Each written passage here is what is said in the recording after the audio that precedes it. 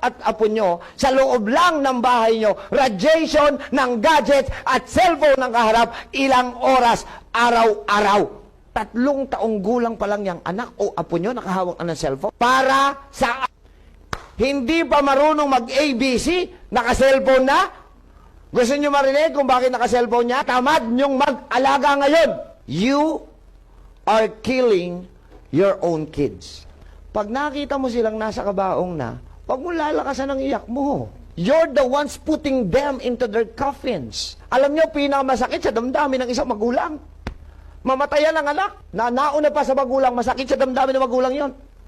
Ako, pasalamat ako, ang nanay ko, napakamahal ako. Alam ng nanay ko na paborito ko sinigang. So, hindi siya nagluluto ng sinigang na may instant na paasi. Bakit ang puno nanunungkit? Kung nalaman ang nanay ko, hindi nagpapanti.